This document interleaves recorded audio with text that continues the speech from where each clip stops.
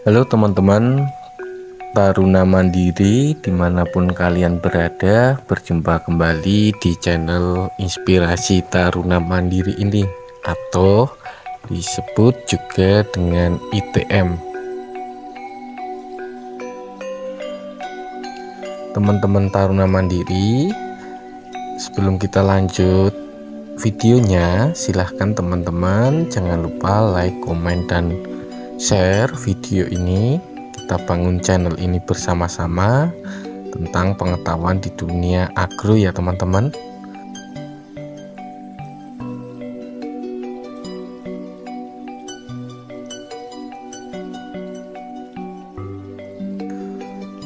Oke, untuk selanjutnya teman-teman, di sini kita akan menyampaikan tentang bagaimana menghilangkan atau melenyapkan serangga, ulat, jamur, atau bakteri ya teman-teman.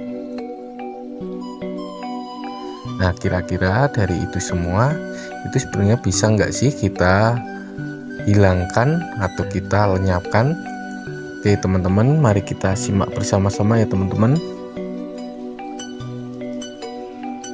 Pada dasarnya, hama dan penyakit itu tidak bisa dilenyapkan atau dihilangkan total, seperti kutu-kutuan, serangga, ulat, jamur, bakteri patogen. Semua itu tidak bisa lenyap hanya karena petani menggunakan insektisida, pestisida, ataupun bakterisida. Penyemprotan berulang-ulang pun hanya mampu menghalau atau mengurangi intensitas kerusakan tanaman, misal jenis serangga, kutu kebul yang sering ada di balik daun terong atau cabai.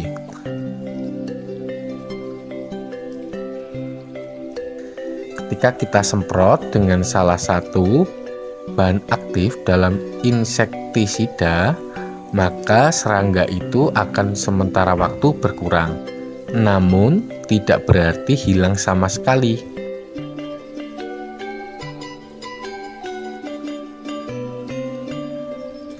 Oleh karena itu, ada beberapa hal yang perlu dilakukan oleh rekan tani ketika berhadapan dengan hama atau penyakit tanaman.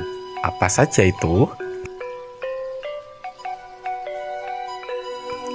Yang pertama, tidak boleh ditinggalkan petani adalah pengolahan lahan. Kadang ini yang sering dilupakan petani. Tidak mudah memang dan butuh waktu, tenaga, dan biaya.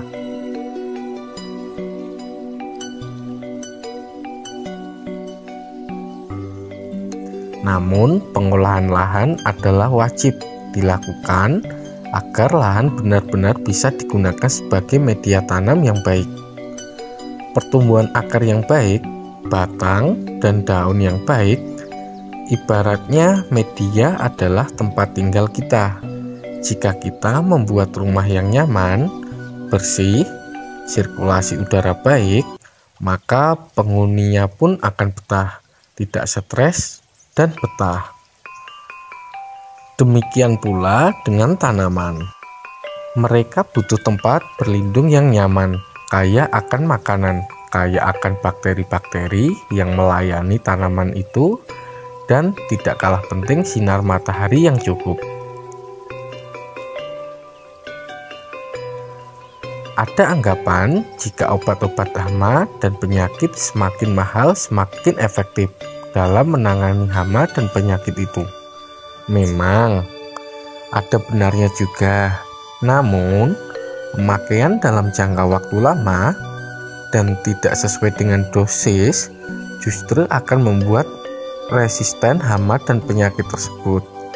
Apalagi kebiasaan petani adalah mencampur bahan-bahan aktif tanpa mengetahui resiko yang akan dihadapi.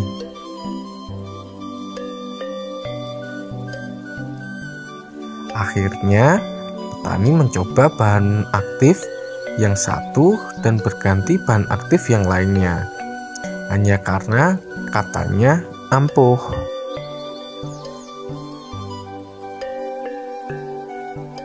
Lalu yang kedua adalah pengembalian fungsi predator hama dan penyakit.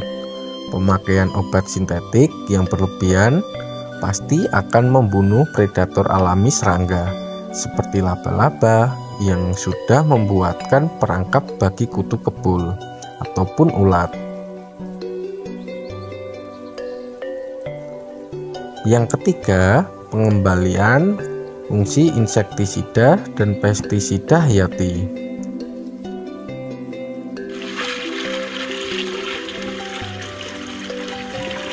Yang keempat adalah pengembalian fungsi pranoto mangsa.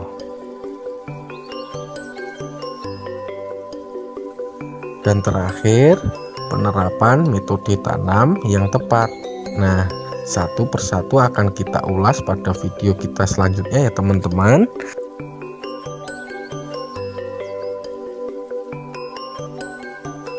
Mungkin untuk video saat ini cukup sekian, itu dulu. Jadi nanti teman-teman, bagi teman-teman yang belum subscribe, silahkan subscribe di channel ITM ini agar nanti tidak ketinggalan penjelasan-penjelasan video-video selanjutnya. Jangan lupa like, komen, dan share video ini ke teman-teman lainnya. Terima kasih dan salam bertani.